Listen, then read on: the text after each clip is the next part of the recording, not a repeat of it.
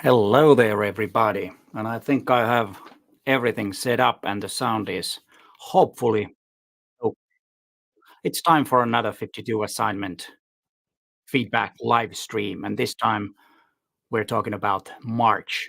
And yeah, I did get a fair amount of images, 23. So I will show every image that I got, which is always nice, even though more images would be also nice. So it's a win win situation.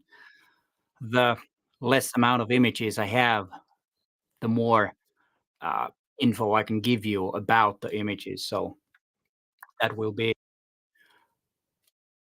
a good thing. Now my comments aren't coming through here on the software. I need to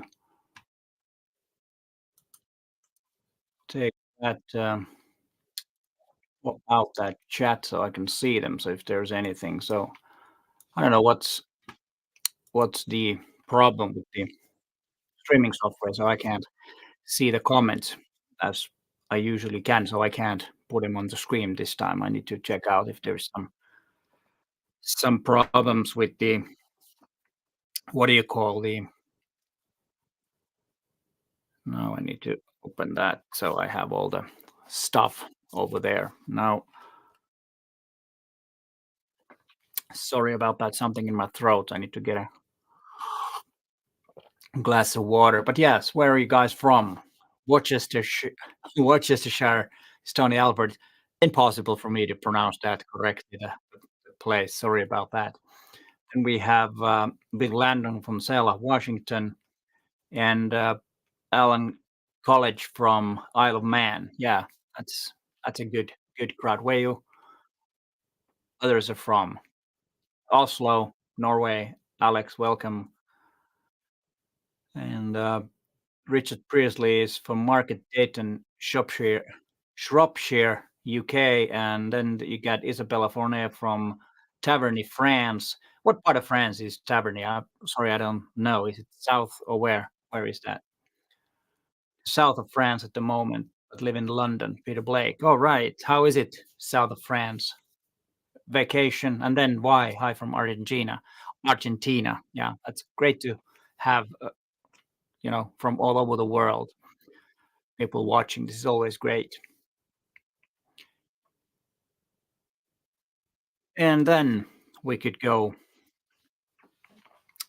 to the, and 22 kilometers northwest from Paris. Yeah, I know where Paris is. I've been there a couple of times. So, and Anne Kasonen from Kuopio.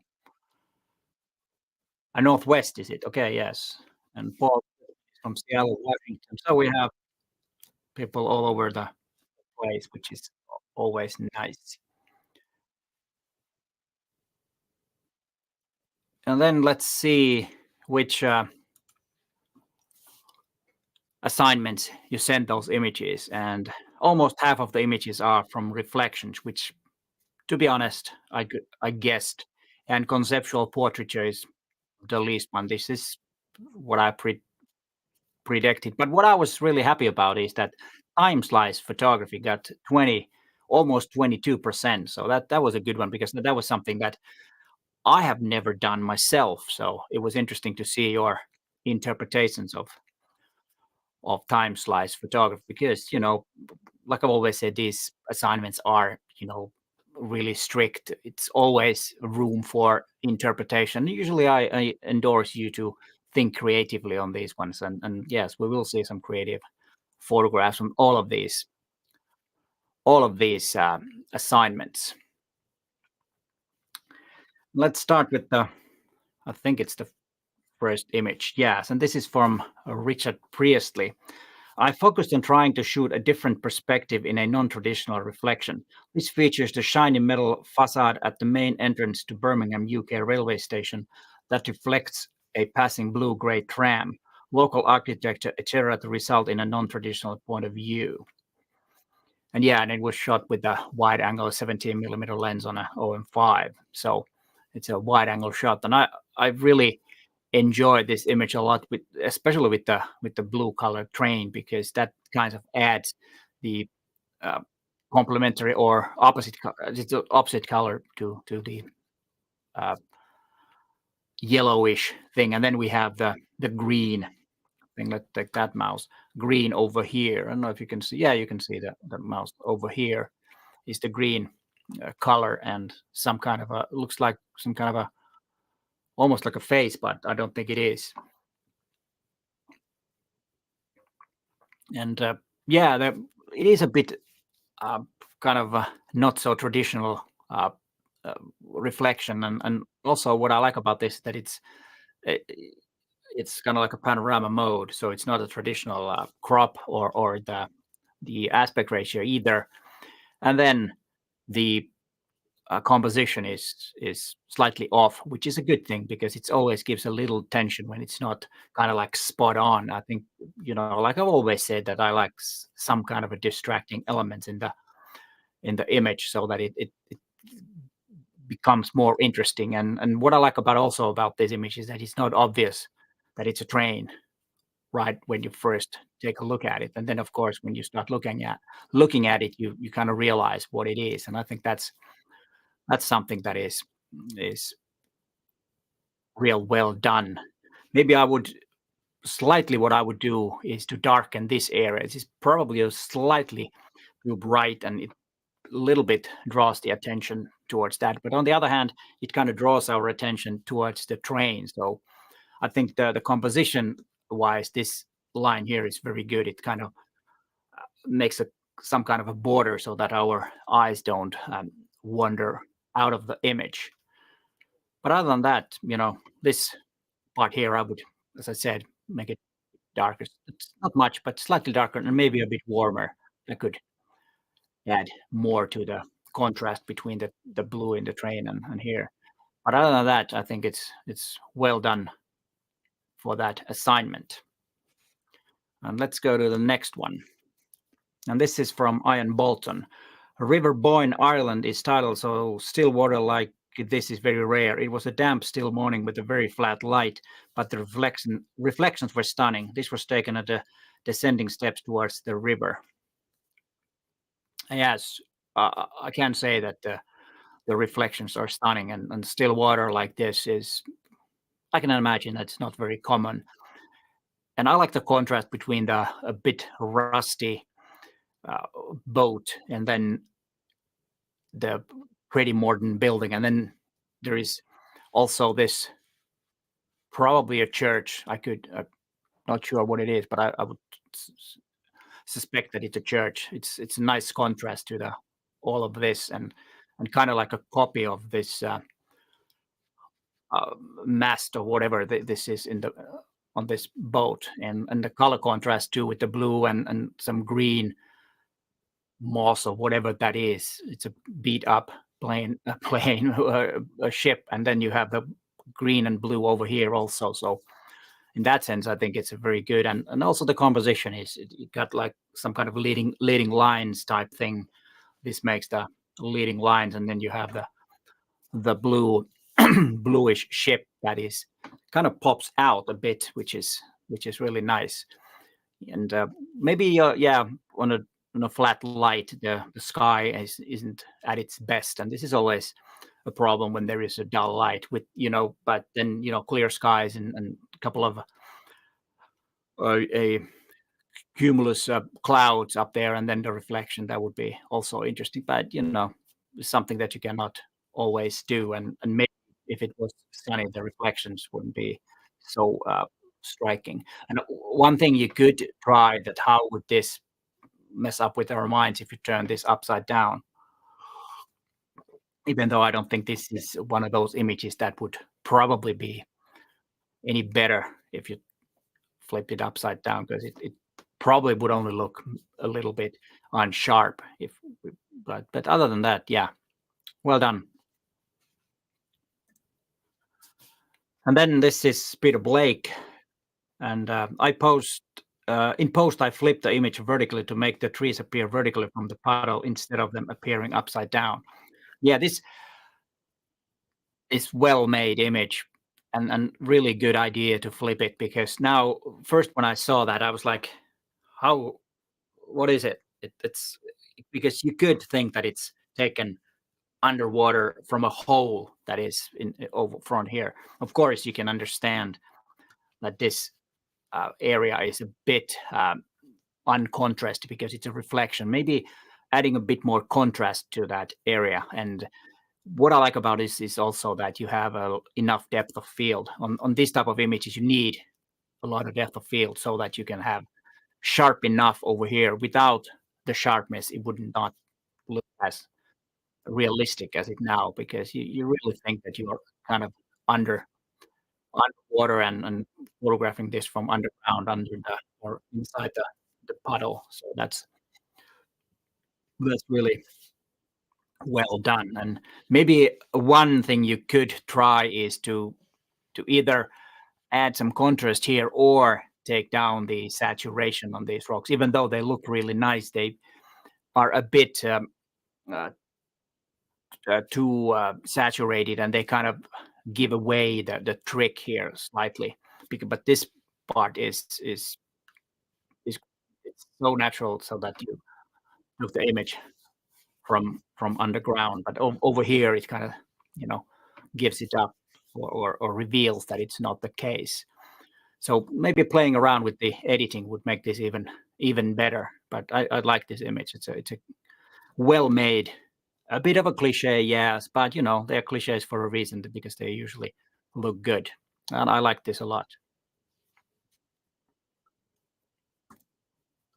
Then we have Ari Kalliala, Hardy earrings, shot using focus bracketing to get one earring sharp and the other unsharp. Yeah, let me move that out of the way.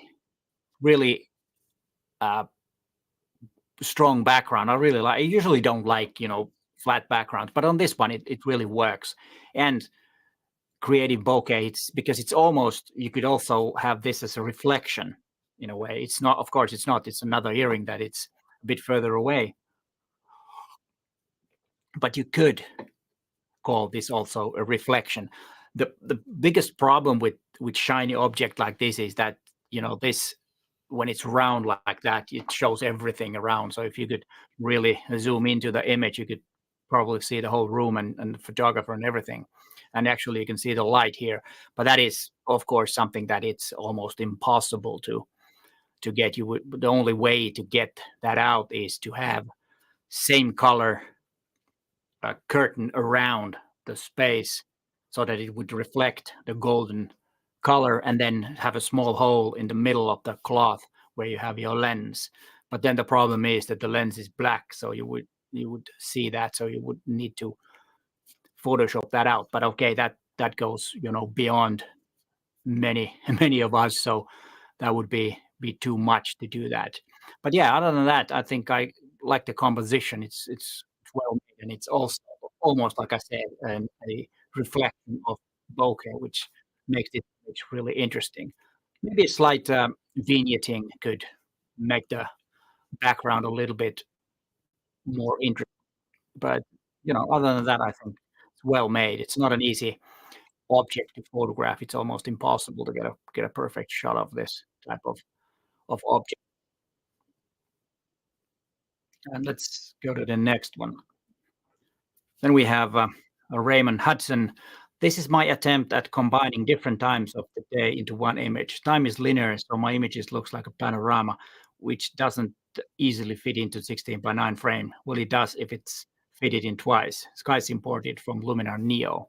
All right, so you switch the skies. But I like this idea of photographing the the image, or the same place with different time of day, because that's also a good learning curve to see how the light hits the same place in different times of year, and also with the different types of skies. I'm personally not that big of a fan of kind of like swapping skies, but yeah, totally fine on an illustrative image. Nothing wrong with that. I kind of like the idea of this, and this is something that you could do. I don't know if you saw my video about deadpan photography. This kind of reminds me of that. The way they presented the images was exactly like this, even though they had a different subject or different motives on the. This this reminds me of that type of photography where you have 6 images on a one uh, sheet of paper, and then similar images, and this could go for that type of photography too. But I like this a lot. Maybe the editing part is not. I'm not a big fan of this type of editing, but that's my opinion about it. There's nothing wrong with that. But yeah, it's cool. And also, you could call this a reflection. I don't know if it how this would work if you would flip the other one so it'd be upside down. So that could make it a bit more interesting. But yeah, it's a great idea, and I think you should try to do similar stuff again during a different time of day. Yeah, let's go to the next one. And this is whoops, the Bill Landon reflections, of course. So quiet and tranquil. This is the sunrise over Santa Rosa Sound in Florida. A silhouette pier is reflected in the water. Shot was taken from a beach in Navarre, Florida. Yeah, very pleasing and calm looking image, and a bit of a cliche, but as I said earlier in this stream, that they are cliches for a reason because they usually work. And I like this here. It kind of breaks the symmetry and makes the image a bit off with the composition, which again is a good thing on this particular image. And to get the exposure correctly with this bright sun is not easy. So well done on that, because usually the problem with this is that it's too bright and it kind of breaks the image apart. And with digital, if you blow out this, there might be some nasty edges, but you manage to do that really well. And if this type of scenery is not possible to do with one um, exposure, then just blend into with the sky and the foreground from different image. It's totally fine. And these types of piers makes a really good places to photograph. There's always something, reflections and all that kind of stuff. And maybe when the water is more wild, there could be some interesting stuff to photograph. I don't know if this is the part where there might be alligators in Florida. I don't know, but that would be cool if there were. Yeah, I like this image. And this, but actually, this, I don't know if it's a tree or a cloud or whatever. That looks kind of awesome. It kind of draws your eye, and this uh, also the composition where you have kind of framed this area here, and you see this sky, and then this is surprisingly a big thing in this area, I think. Yeah, and nice looking sky too, with the gradient going from almost red to almost blue. I really like this. It's well done.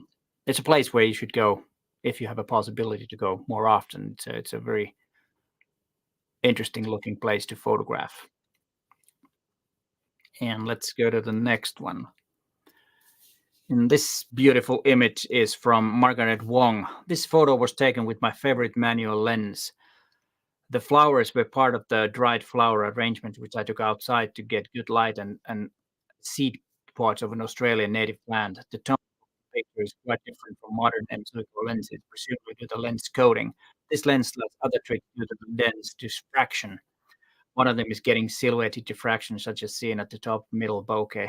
Presumably, these are caused by some sort of mirroring within the lens. It's also possible to get light streaks, including rainbows, with the lens.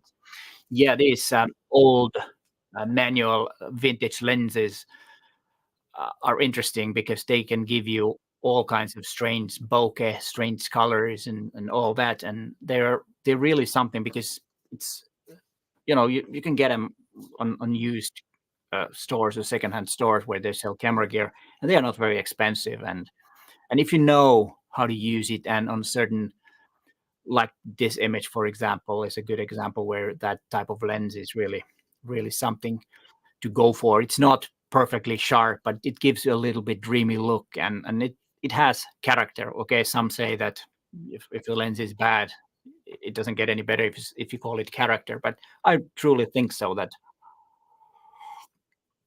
this type of images are, or this type of lenses give you really cool looking images. And of course, it's a bit random, so there might be some odd things that happens, but yeah, it works really nice on this image. And I like the idea that you took the plants or the dried flowers outdoors because there was better light, and that's how photographers think. They think where is the best light, and that's always something to consider if you're photographing something like this, to think when, if it's indoors, when the sun or the light is better indoors, or do I need extra light, or can I take it outside? And I think it was a good idea. And also this image has these layers. You got these unsharp things here, or out of focus things, and then you have sharpness right there. And then I like this thing around the flower. And then of course this one is slightly takes our attention away from here, but it looks interesting. But this is something that you could darken a bit so that it wouldn't be so obvious and draws our attention to too much. But other than that, real well done. And this type of images are really nice looking and very pleasing image, and everything just works. There's nothing really to make it much better. It's well done. And then Anne Kasurinen, this was also creative. Okay, the weather was sunny and there was some fresh snow. Photo taken in early March. Like the colors in the scene, and although it's not traditional round or oval bouquet, think the background blurred nicely and gives the photo nice background, while focus is on the warm colored corner board of the house. Think that bokeh here gives a nice mood and an idea of a sunny March afternoon. Yeah, this could have been taken in early April too, because we had a lot of snows coming a couple of days ago. So now it's almost gone, at least here in Helsinki. I don't know how it is, but here it is, gone already. But yeah, you're totally right. The bokeh makes this image look interesting. It's almost like there is some smoke, or when something is really far away, you get these almost mirage looking things when the air is kind of wobbling. I don't know, call it wobbling, but air is moving, and you have this odd looking background. And I think this works really well as a good okay image. And it's pin sharp here, and then you have kind of frame here, and then you have another barn or a house back there, which has some interesting stripes, which is a nice blue color against the warm wooden corner board on this house. And then you have the third layer, which is the background, and maybe a dark forest or something like that. But yeah, I don't know, did you say what lens this was? No, you didn't. If you're here, please let us know. Yes, you are here. Please let us know about the lens. Which lens gave you this bokeh? It would be interesting to hear, because this is something that, if we want to have this type of creative bokeh, sometimes unfortunately might need, or we might need to get another type of lens. But yeah, here, please let us know.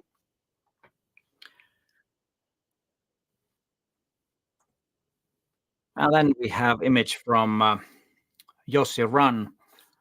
A young woman sits all day at her booth in the food market among vegetables and fruit stalls. People pass by, take a quick glance, and move on to the next stall. It seems that she is already indifferent and does not expect anyone to buy anything. And there is a permission to take this photograph. Yeah, well, to be honest, she looks a bit uh, kind of fed up, or what's the word? Bored, maybe, like you said here. Yeah, I think this is a well made composition. I like how the thing kind of frames her. There are two frames. You have the bags, you have this, and then you have another frame here. The only thing that I would probably do is to edit it a bit, so that would the surroundings make it a bit darker and open up a bit her face, because now the the light it's a bit too dark there. But other than that, I think this is an interesting image. There's a lot to look at. You get a lot of watches and jewels and and all kinds of stuff hanging, and and then you have, I don't know what that's a bit overexposed over there, so I'm not sure what's there, but it's really interesting image, and these type of images are something that it's also documentary, because this place might not be there in 10-15 years and everything will change. So if you are able to document places like this, and I think it's an valuable image in that sense, that it kind of like preserves or makes a memory of the place. But yeah, a bit image editing would make this a lot better, and I really like the expression on her face, and it tells a lot, and it tells a story. You wrote the story down, but most likely if you didn't, we would still understand what's going on here. But of course, the backstory is always interesting to see or hear and read. Yeah, well done. Then we have this is Lasse Löfström. I took several photos with reflection for this assignment. In most of them, the reflections were too messy for my taste. This one, taken from the reflection of a big mall windows, looked better with the less double reflections. Some nice distortion in the building reflections, though. Yeah, I think the one part is the reflections, that they are sometimes a bit messy. There is too much going on, and there is kind of no subject. But this one, I think, works really well. I personally like, this type of stuff in the, if you take a window and it's a mall, to add to the walls of this. And yes, the distortions that are caused by the glass makes the image interesting. It's kind of funny looking house like this. What I would do on this one is to darken the edges slightly, because it's too, maybe a little bit too flat light, but darkening the edges here would make this pop out a bit more, and adding a bit contrast. But then you have to remember that I am a one that likes high contrast images, but that's only me. It's not the way everybody should do it. It's just something that I like. They in my eye, they're more interesting images, but as I said, flat light and everything, it's totally fine. And yeah, but yes, I would probably, whoops, I would probably darken the edges a bit, so that it would to pop, that the reflection would pop out more, because the distortion and the everything looks interesting and makes the image look better. And let's go to the next one, and this is Judith Clark Upton. Our weather in Oregon has been cloudy, dark, and rainy for most of March. Yeah, same here. But we have had brief bits of sun. I was thinking about working on March topic as I entered my office and saw the reflected sunlight colors adorning the walls from prisms hung in the window. They are amazingly difficult to photograph. Yeah, you're right about that. Like a rainbow, the intensity comes and goes with the position of the sun and cloud cover. As I turned to see if I might position the prism differently, I found intense colors of the sun reflected in the angles and sides. This one caught my eye. The window while needing a good cleaning, and the outside would help it to pop out. Yes, I think this is a bit mysterious image, and the explanation, of course, clears a lot of things. And these type of prisms are really cool motives to, or subjects to photograph very hard, as you said, because you know anything can happen, all the reflections and stuff like that. And yes, what they usually say, that dirty windows are really good in houses, because they filter the light that comes in is a lot softer, so don't clean your windows too often, unless you want really harsh light indoors. Yeah, that's my explanation, not to have to wash the windows so often. Yeah, it's an interesting image, and a bit conceptual art also, and the desaturated background and then the red and blue colors looks really, really good. I don't know how this would look if the window was totally clean. Probably not that interesting. This might be a bit too bright right here. Maybe slightly um, shorter shutter speed, or stopping. I mean, maybe not stopping down because that would increase the depth of field. But yeah, maybe a bit darker image would work slightly better, and then opening up this and brightening it a bit could also work. But yeah, there is a bit kind of like a bit dual here. You have this and then this, and they kind of like fighting you. Your eyes are going like this, which is of course always a good thing, that you don't kind of stuck with your eyes to one spot on an image, but it starts wandering and this kind of like bounces back and forth, which is always good. Yeah, and maybe some vignetting too, which I also prefer, so that it would be maybe more structured and more condensed, the whole thing, and would kind of even more put our attention in the middle where everything happens. Yeah, well done. And then we have this is let me see. This is wait a minute. Did I know?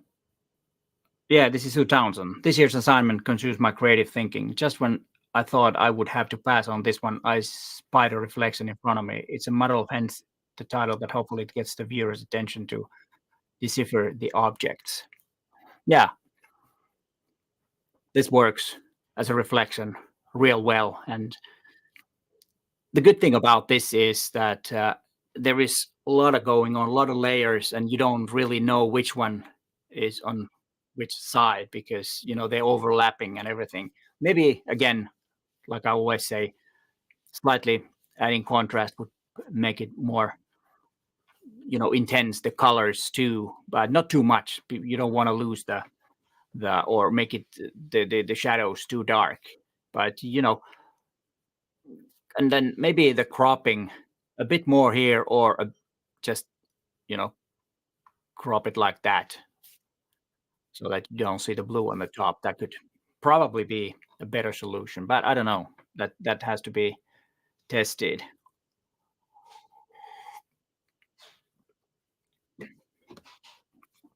Yeah, well done and well seen, and I'm glad that you looked around and did not give up the assignment. It's always a good thing when someone kind of gives up and then don't want to give up and still does it. And I think that's the whole point of having these assignments, is to push you a little bit to actually make that photograph, because it's so easy just to not to.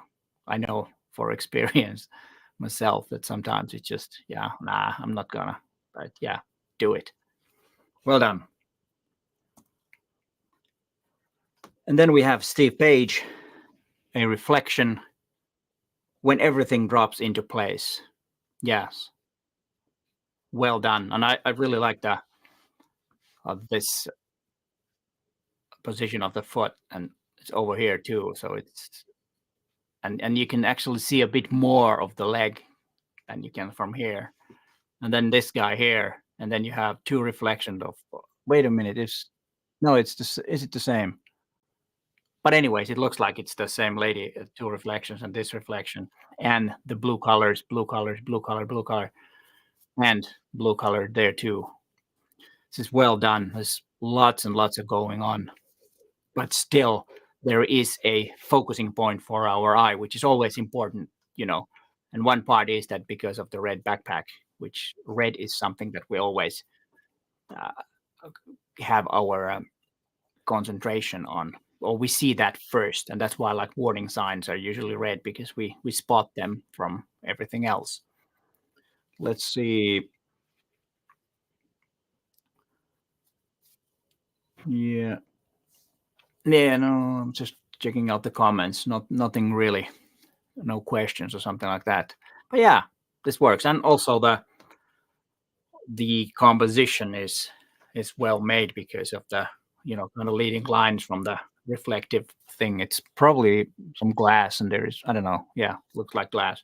And then this here, and you have that, and we see her first, and then we go over there, and then we see maybe this, or it might differ from all of us, that how actually we see that.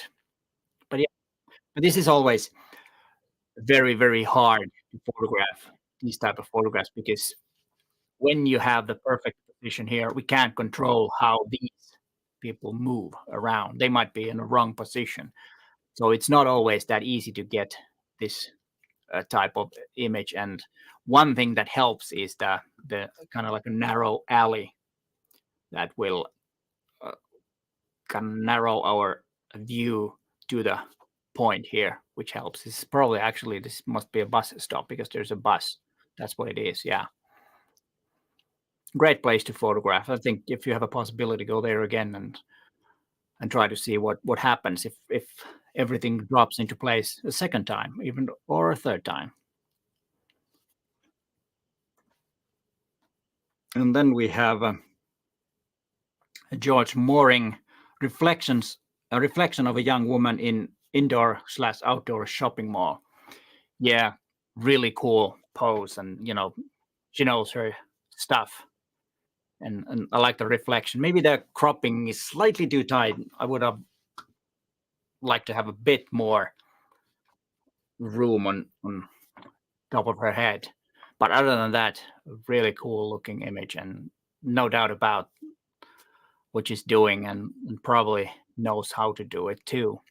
And these type of street portraits are a lot of fun, and great image. This is totally a stunning image, in my opinion. Maybe the background is slightly too dark, but it's maybe lowering the exposure on over here could be. Maybe it's a bit too bright to darken. There's not too much here, but yeah, but the whole idea is just marvelous. And I actually like the pillar here, because of the, it kind of uh, stops our eye not to wander, and kind of frames her. You could have also tried to do so that this could have been right in the middle. I don't know if that could have worked, so that you could have gone a little bit this way and then shot it out, so that the pillar or whatever that is would be background. I don't know if that could have worked. Maybe it would have, or maybe not. But the reflection there is just great. Well done. And then we have Isabelle For. I hope, yes, it is. This is a reflection of the extraordinary foundation Louis Vuitton. Yeah, it is. Building in a muddy puddle, then horizontal flipping and some editing to boost color and contrast. The man on the right seems to have a knife or some weapon in his hand, but everything remained calm. The Mark Rothko exhibition was great, but I went on the wrong day, going first on May 30th instead of April 1st. So I had plenty of time to take photos of the building, in keeping with the theme. People looked at me strangely while I was photographing a muddy puddle. Yeah, that's always, if you're photographing something like, they don't, because they don't see what you're photographing, and they don't understand that you have this beautiful building, and why are you photographing a muddy puddle. But yeah, that's looks really cool, the image. And I don't know if that's a knife or something. It's look, in a way, a bit sinister, and a bit haunting too, if that's is it really a knife. And then you have these people here looking at something, and you have this, which is really obvious, and then the beautiful looking building in the back. And this could be a movie poster in a way, because of I don't know what movie somebody is ruining a perfect day in a museum type thing, or something like that. But yeah, looks interesting. And also, what's nice about it is that the surface of the puddle, because there is also a reflection of the sky with some interesting looking clouds, which makes all this not that smooth, and it gives some texture to the image, and makes also, of course, with the water, it makes some distortions that the building itself looks interesting as it is, but then you add the distortions there. It works really well. And what's also kind of interesting is that these people here, for some reason, look like they're pin sharp, but then over here it's a bit softer. So also our eye kind of goes to these people because they are sharp, and also this bright part here that makes kind of like the attention to them, and then our eye starts to wander. And that the cropping and the composition here is just perfect. You don't show everything. It makes it more bit of a mysterious and kind of like a almost like a horror thing when you have somebody with the knife. It's probably something else, but I don't know. Yeah, nice.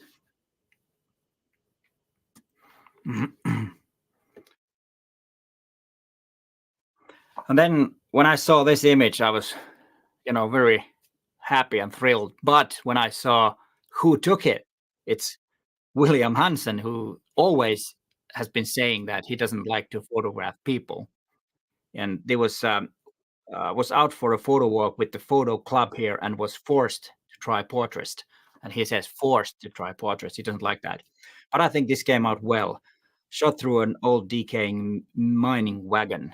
Yeah, perfect. I just love this portrait. It's very well done portrait. And I think you should, William, photograph more portraits because, you can do it your way. You don't have to do it the traditional way. You can hide and do something like this. Some might think that this is a bit like stalking when looking for through holes and photographing people. Yeah, it might be a bit strange, but you know, I don't think it is. It all depends on how you do it and what type of image you make. But I think this one is great. It's one of the best images Willem ever sent. I like this a lot. He sent me a message that he's on a photo walk with the photo club today, so he's not probably not here yet. He might be joining us later. But yeah, I like this image a lot. Well done, William. And then we have Wilford Abernathy. It was not necessary to travel very distant in order to capture this photograph with bokeh in mind. A few years past, I planted a few crocus flowers in my yard. Now numerous crocus seem to announce the beginning of spring. Yeah, we're still waiting for that. Shooting a wide open aperture with a low camera angle, assuring a background of blue bokeh.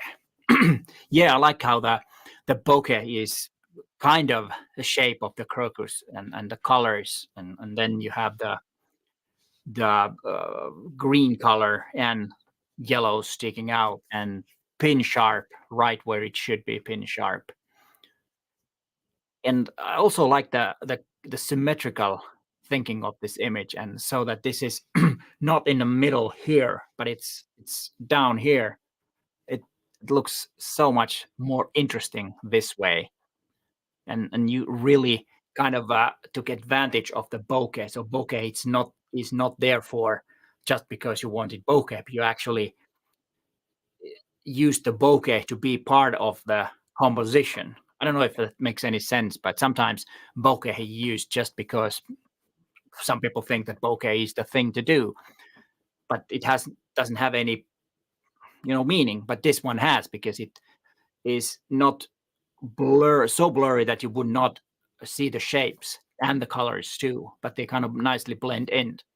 And also I like the unconventional way of making the composition of a simple flower. There's and also doing it like this, you give context, you give the surroundings, the environment, and showing that there are more without being it too distracting. So I think it's well thought image of a simple flower. Well done.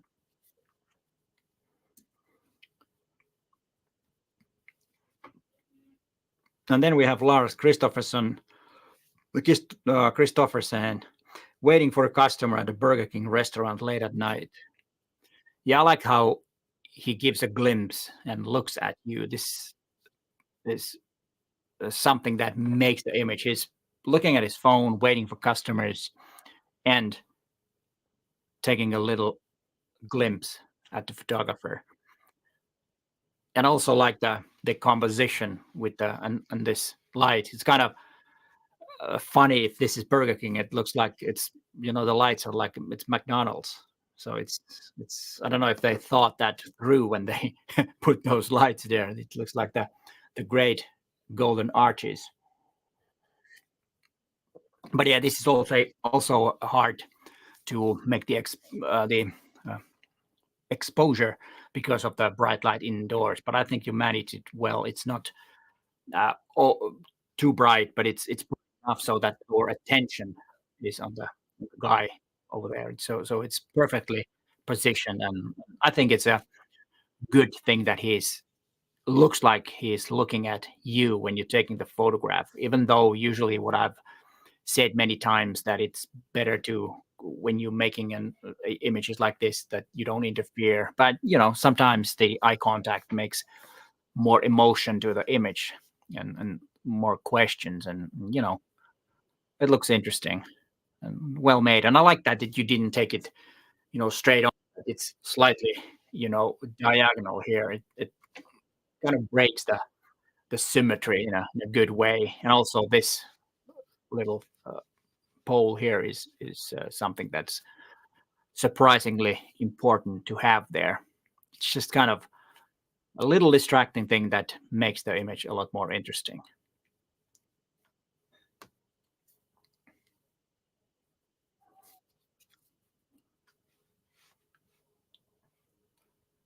And yeah, let's go to the next one. And this one is Brad Warrior. Might take on time slice photography. Just set the camera up and had the intervalometer fire through the afternoon. Merge all photos in Photoshop. It's a slightly different approach to what I have done. Good learning curve.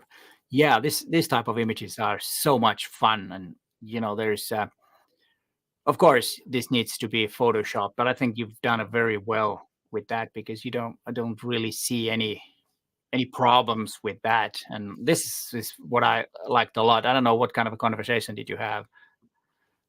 I hope you didn't argue with yourself, but this made me smile, and I think this is a stunning image, and the whole idea is just so well done with the idea of time slice, because usually we think that time slice it's kind of like slices of time in an image, but you kind of made a little twist with this, and this could have also been the conceptual portrait. So I don't think this could have been that too, even though it's a selfie, but it's a portrait. It could be a portrait. What did I do today? There is a story. The most thing that I appreciate is the nap, because like I always said, if I don't have a time to take a nap during the day, it's not very well planned day. So that's why I appreciate that. And there's so much to look at, and just hilarious image. Really enjoyed this.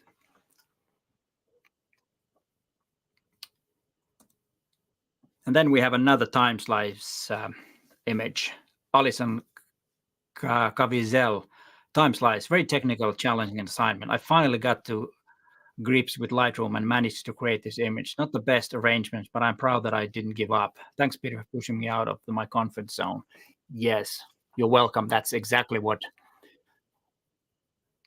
this whole thing is all about, because there might be time slice thing. Like I said, I've never done time slice photography, but I think it's something that it's really nice to try and try something, and you might find something interesting or not. But pushing your limits and trying new things. This is the whole point of these assignments, like I said many times. And I just like this image. It's a great story in the image too, and I like how the background gets or the depth of field gets bigger here, a little less, a little more, and a lot more. And I think it's just stunningly made image, and I like the composition here, and then it breaks over here, and also you get a bit further away to show more. And great idea. And this type of set of images could be done as a set of images, to have like 9 or 10 of different types of this same idea of images would make a great great body of work for someone. And I think you should try. If you didn't feel that it's too much, then why not try this again and see if you can make another one, and maybe 3 or 4 of similar type of images. I really like this one.